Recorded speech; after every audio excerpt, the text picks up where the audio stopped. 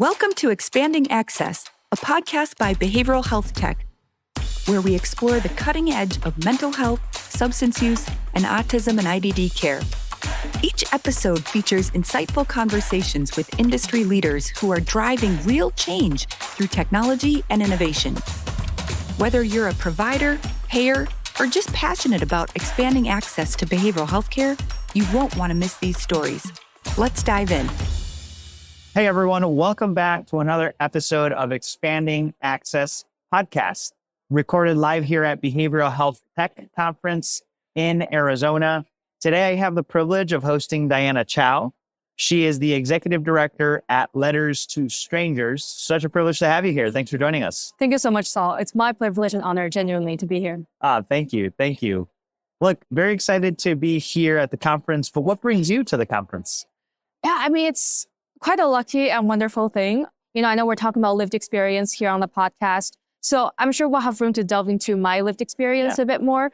But really, I'm just really grateful to be here this time to be one of the Young Innovators in Behavioral Health awardees. Ooh, and congratulations. Thank you.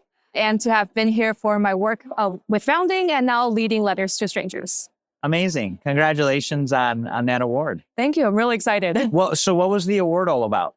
Yeah, so it turns out someone, I don't know who, nominated me for this award, which I'm very grateful for. Still don't know? I still don't know. Nope. Okay. I have my suspicions, but I don't want to be like, hey, was it you? Yeah. But I'm really grateful because I think I've been doing this work since I was a high school sophomore. So It's been a decade now. And I feel both really old in this space and really young in this space all at once because of that really weird combination. Yeah. So whenever I get chances to hear that validation from people who are also in this field, I really appreciate that. It's a good boost, a reminder as to why I'm still trying to chuggle along. I love it. And I think it's a natural flow into sharing about Letters to Strangers. So tell us about it.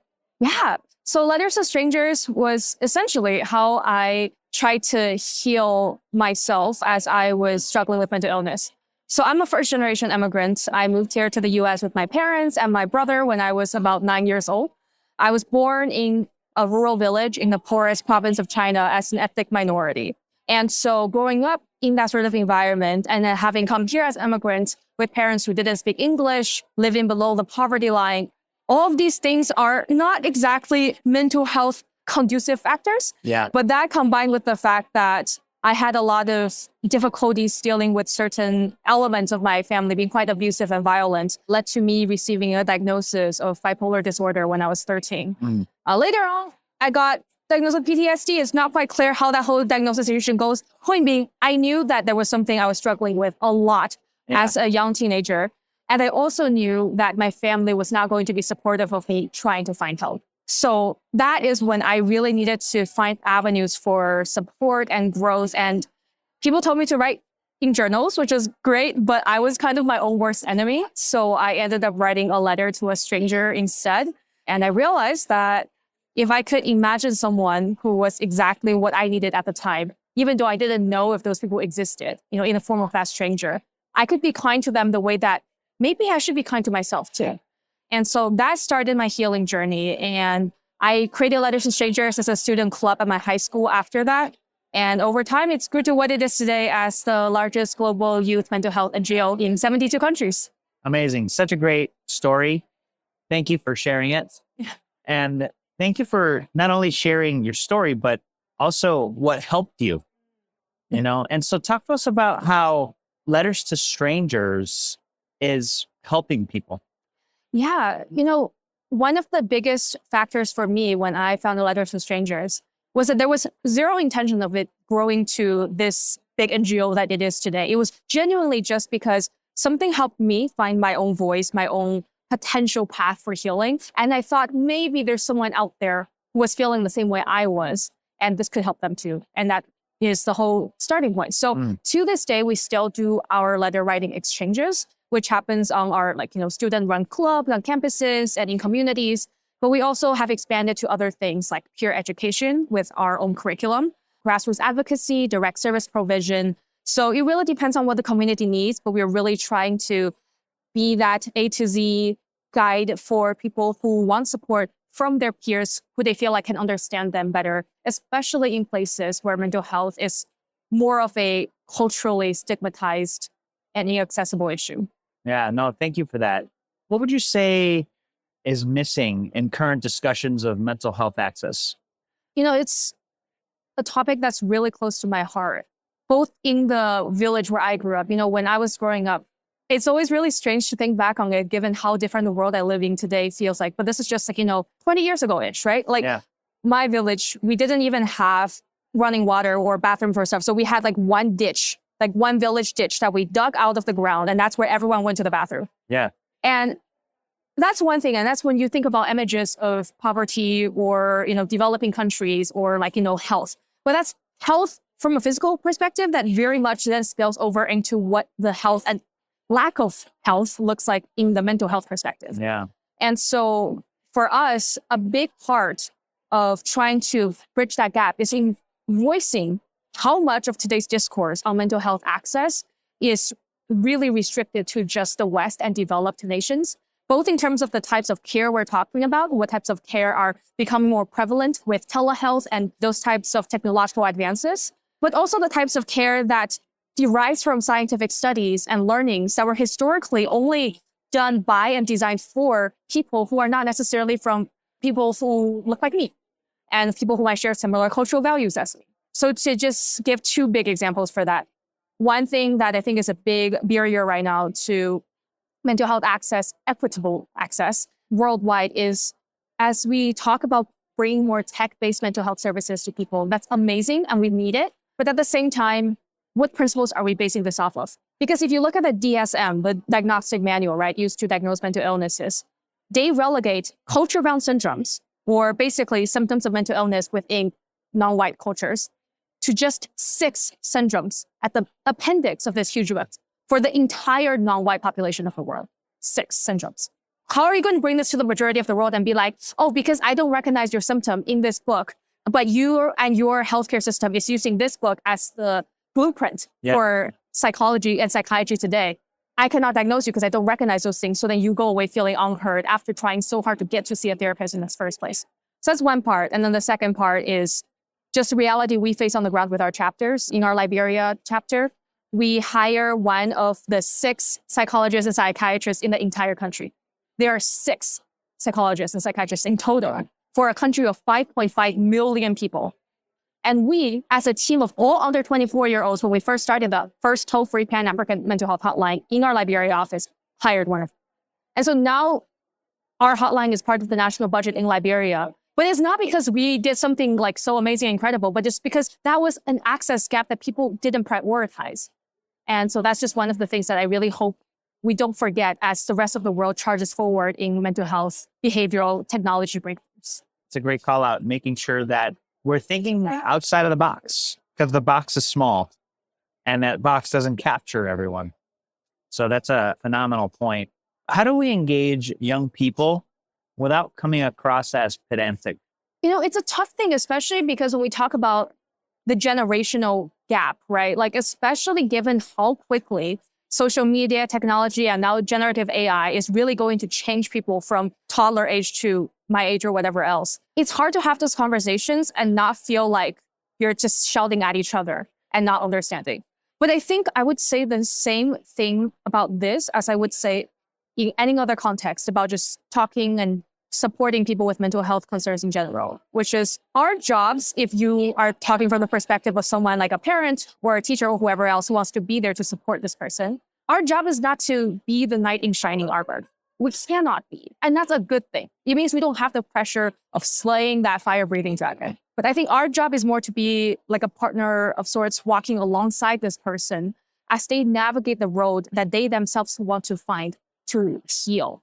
Because ultimately, I remember in the most deepest, darkest moments of my life, what I felt was everything in my life was going out of control. I had no autonomy left. I didn't exist as a person in any meaningful sense of the word. And if someone had just told me that they don't need anything from me, but they just want me to be there and discover things for myself because I am inherently capable of that. I am still me. I am not some disease they have to fix. I am still a person with autonomy and independence and capabilities, even if I can't see that in the moment. That is the sort of thing that feels real and genuine and no longer feels like you're just shouting at someone thinking I am better than you or I know more than you, which may or may not be true, but regardless, it's not really that helpful in them. Right. Yeah, I think that's a really great thing to share because many people might feel that way. They might feel like you're better than me, but that's not the case, and so your perspective is really, really important. Well, and sometimes it might be the case, but is it the right place to bring up if that is the case or not? I don't think so. That's the thing. No, I agree. What have you found resonates with people through writing letters to strangers? The really funny thing about this is nowadays I have so many folks who tell me that this is their very first time handwriting a letter because no one does it have to be handwritten? Yes. Why is that? This is actually the thing that I've been a big stickler on that people always push back on at first. Because I realized when I first started writing letters that if I was typing them, I type much faster than I handwrite, especially as a digital native, right? So for me, when I have to handwrite, I can't just Control Z or backspace or Control A delete. I have to literally sit down very slowly, write out every letter, and then maybe cross it out if I think I've messed up. But it requires such careful thinking that I actually have to process what I'm going to write down before I write it down. And so in that way, it gives me more time to understand what I'm feeling and to then recognize and catch myself before I start to spiral into a very negative spiral, which I would have otherwise done in most cases. So that is what I found to be the case for so many of the young folks we work with as well. But I think at the core of it, because sometimes we do also allow letters to be typed up if it's just, necessary or whatever else. The key point of these letters is just to remind people that they are not alone in this world. And our letters are not exchanged on like a pen pal basis. So it's not like I write one and then I'll receive yours and I write back to you. But instead, if we're part of the same student club, we'll have like a monthly theme. And then we'll both write letters to strangers as strangers on that theme. And then our letters get randomly exchanged at the next meeting. Within people in the group? Yes, or with a partner site, depending on the chapter setup. Yeah. And so what that means is I don't necessarily have to know what is the best way to respond to your situation because I don't know what is the best way. But instead, as I read your thoughts, I'm starting to think, hey, I see elements of this in my life too. And as you read my thoughts, you think, okay, I have no idea who wrote this. I almost want to talk back to them because that's exactly how I'm feeling. And I didn't think anyone else would feel this way.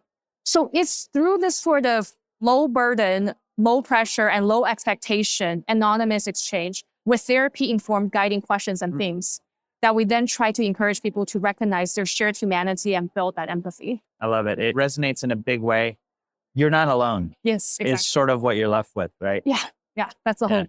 But the hope is that you arrive at that conclusion yourself rather than someone telling it. Right, exactly. Because that's when you really sort of realize it. Yeah. It's a realization, not a telling. Yes, exactly. Yeah. So great, Diana. So great. I love this. Look, for everybody with us that can't be here, we're doing this to help bring them into the loop.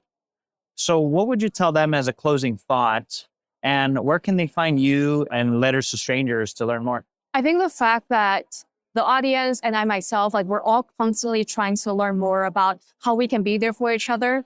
It's such a beautiful thing. And I hope you give yourself kudos for that because it is not easy. And so that is a key thing. I want us to remember to, give ourselves grace on this learning process. And if anyone wants to learn more about Letters to Strangers or access our free resources, so we have an online letter writing platform for people outside of the chapters. We also have free guidebooks and our curriculum and all of that. So that's at letterstostrangers.org. And all of our social media is at L2S Mental Health. Only the 2 is the number 2. So L, number 2, letter S, Mental Health. Okay, like Letters to Strangers, L2S? Yeah, got Mental Health. Got it. Yep. Mental Health. Very cool. L2S Mental Health? Yes, that's our social media. And the website's letterstostrangers.org. Amazing. Thank you. Diana, thank you very much. And for everyone watching and listening to this, thanks for tuning in to another episode of Expanding Access with Diana Chao, Executive Director at Letters to Strangers. Make sure you check her out and check out her team in the show notes. Take advantage of today, and maybe not for yourself. Maybe you share it with a friend or a colleague. Or a stranger. Or a stranger. Thank you. Or a stranger. to make a difference in, as our podcast is named, expanding access to mental health. Thanks for tuning in. And Diana, thanks for being with us. Thank you, Saul. I appreciate it. Thanks for tuning in to Expanding Access. We hope you're feeling inspired by today's discussion. If you've enjoyed the episode, subscribe and share it with your network. For more content and opportunities to get involved in transforming care, visit behavioralhealthtech.com. Until next time, let's keep pushing boundaries and expanding access together.